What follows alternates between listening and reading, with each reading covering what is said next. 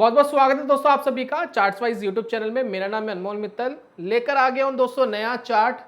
अब ये जो कंपनी है, ये जो चार्ट है, इसको भारत के सभी लोग भली भांति जानते हैं। भारत के ऑल ओवर वर्ल्ड के लोग इस कंपनी को भली भांति जानते हैं। 10,000 रुपये का स्टॉक फिलहाल चल रहा है और कार निर्माता कंपनी है और बहुत सारे लोगों की फेवरेट कंपनी है। ज़्यादातर गाड़ियाँ लोगों के पास इस कंपनी की मिलती है। अगर स्टॉक का नाम पहचान गए हो तो कमेंट बॉक्स में ज़रूर मेंशन कर देना। बाकी वीडियो के बीच में और वीडियो के एंड में कंपनी का नाम बताऊंगा। पहले स्टॉक को एक बार एनालाइज कर लेते, चार्ट को एनालाइज कर लेते कि चार्ट क्या कह रहा है। और इंपॉर्टेंट चीज, चार्ट्स वाइज में दिखाई गई वीडियो कोई स्टॉक एडवाइस नहीं है, सिर्फ टेक्निकल एनालिसिस सिखाने के लिए। लाइव प्रेडिक्शन, लाइव आप टेक्निकल एनालिसिस कैसे कर सकते हो वो सिखाने के लिए की जाती है। तो कोई भी स्टॉक बाय एंड सेल इस रिकमेंडेशन पर, इस पे ना करे। ये सिर्फ टेक्निकल एनालिसिस सीखने के लिए। चलिए अब यहाँ पर देखिए, स्टॉक की हम बात कर लेते थोड़ी सी हिस्ट्री की। हिस्ट्री अगर हमें समझ में आ गई तो इन फ्यूचर स्टॉक की चाल क्या रह सकती है उसका थोड़े बहुत अंदाजा लग जाता है। अब यहाँ पर देखिए 2004 में एक हाई बनाया था स्टॉक ने लगभग 600 के आसपास।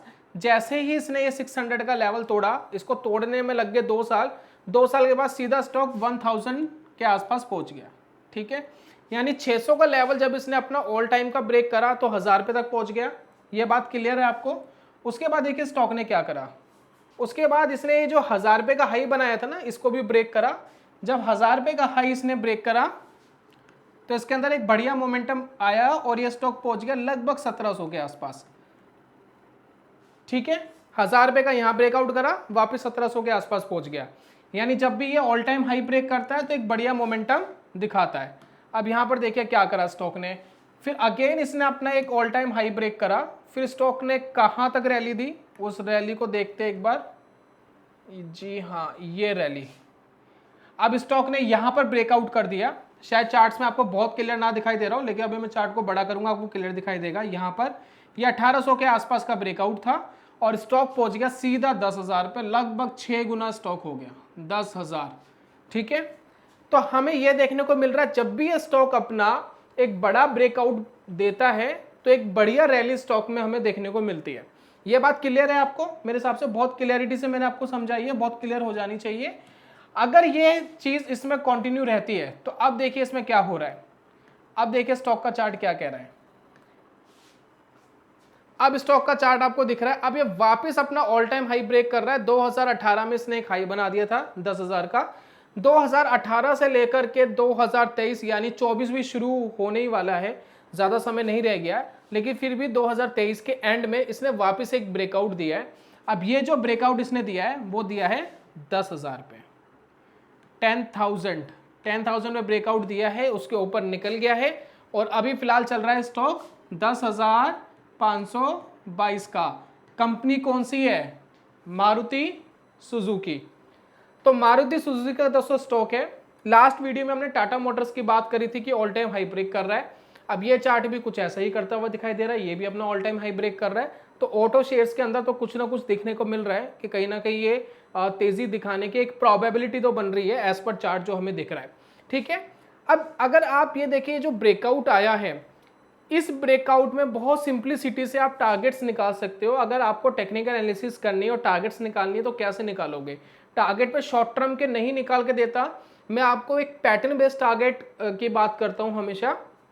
तो आप क्या करेंगे, 10,000 रुपये पे एक ब्रेकआउट आया, आपको देखना जहां से ब्रेकआउट आया है और जिस ब्रेकआउट को उसने करा है उसके बीच में डाउन कितना मारा था स्टॉक ने। तो आप यहां पर देखेंगे एक स्टॉक में डाउन है, ये 4,000 रुपये का ये डाउन है, 4 के, यानी ये स्टॉक 10,000 से गिर के 4,000 पर आ गया था।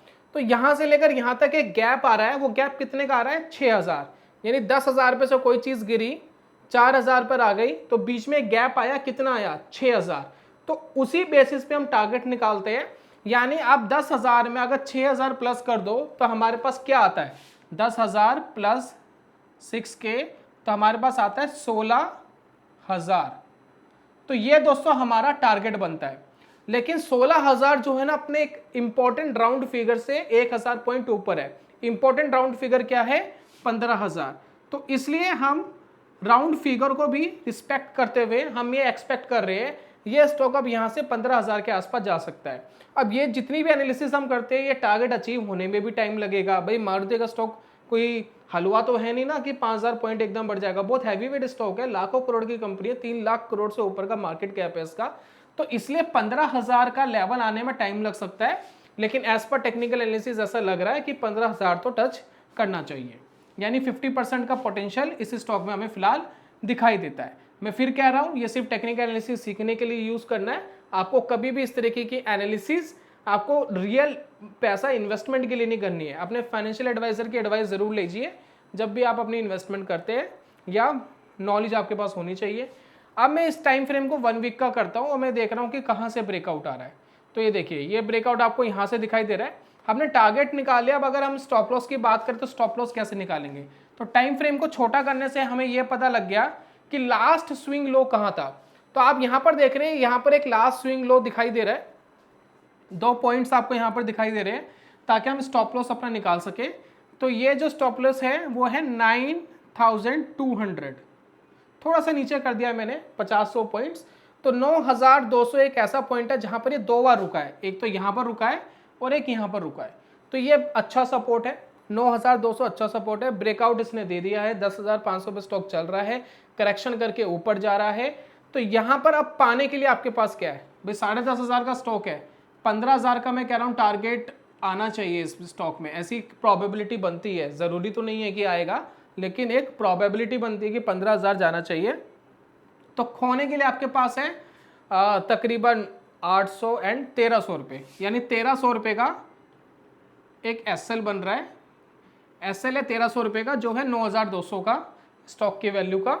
और अगर हम टारगेट की बात करें, टारगेट आपके पास कितना है? 4,500, 4.5 के, ये आपका है टारगेट। यानी कहने का मतलब है आपके पास है 1:3, 1:3 से भी थोड़ा सा ज़्यादा। खोने के लिए 1,300, पाने के लिए 4,500। जब भी इस तरीके की टेक्निकल एनालिसिस होती है तब आपको समझ में आता है कि ये ट्रेड लेने लायक है। तो ये टेक्निकल एनालिसिस करने का तरीका है। अगर ये फेवरेबल नहीं होता तो आप ऐसे स्टॉक को स्किप कर सकते हैं, लेकिन कोई स्टॉक अगर ऐसा मिलता है जहाँ पर ये फेवरेबल है तो वो ट्रेड लेने लायक बन जाता है। लेकिन मैं फिर कह रहा हूँ, स्टॉक को आपको बाय नहीं करना है, सिर्फ वॉच करना है। डेमो ट्रेड कर सकते हैं, वर्चुअल ट्रेड कर सकते हैं सीखने के लिए, लाइव पैसा नहीं लगाना। तो ये था दोस्तों आज का चार्ट्स वाइज स्टॉक जो है मारुति सुजुकी, जो हमें कह रहा है कि जी मैं तो एक अच्छा खासा ब्रेकआउट दे करके 15,000 के लेवल तक जाने के लिए तैयार हूँ। और ऊपर कितना चले जाए वो एक अलग मैटर है, लेकिन 15,000 एक अच्छा लेवल लगता है जहाँ पर ये टच करना चाहिए। अब देखेंगे इन फ्यूचर ये करता है या नहीं करता। मिलते हैं दोस्तों नेक्स्ट वीडियो में नए चार्ट्स वाइज के साथ, नए चार्ट के साथ। चार्ट्स वाइज में जल्दी मिलूंगा, तब तक के लिए goodbye, God bless you, bye bye दोस्तों।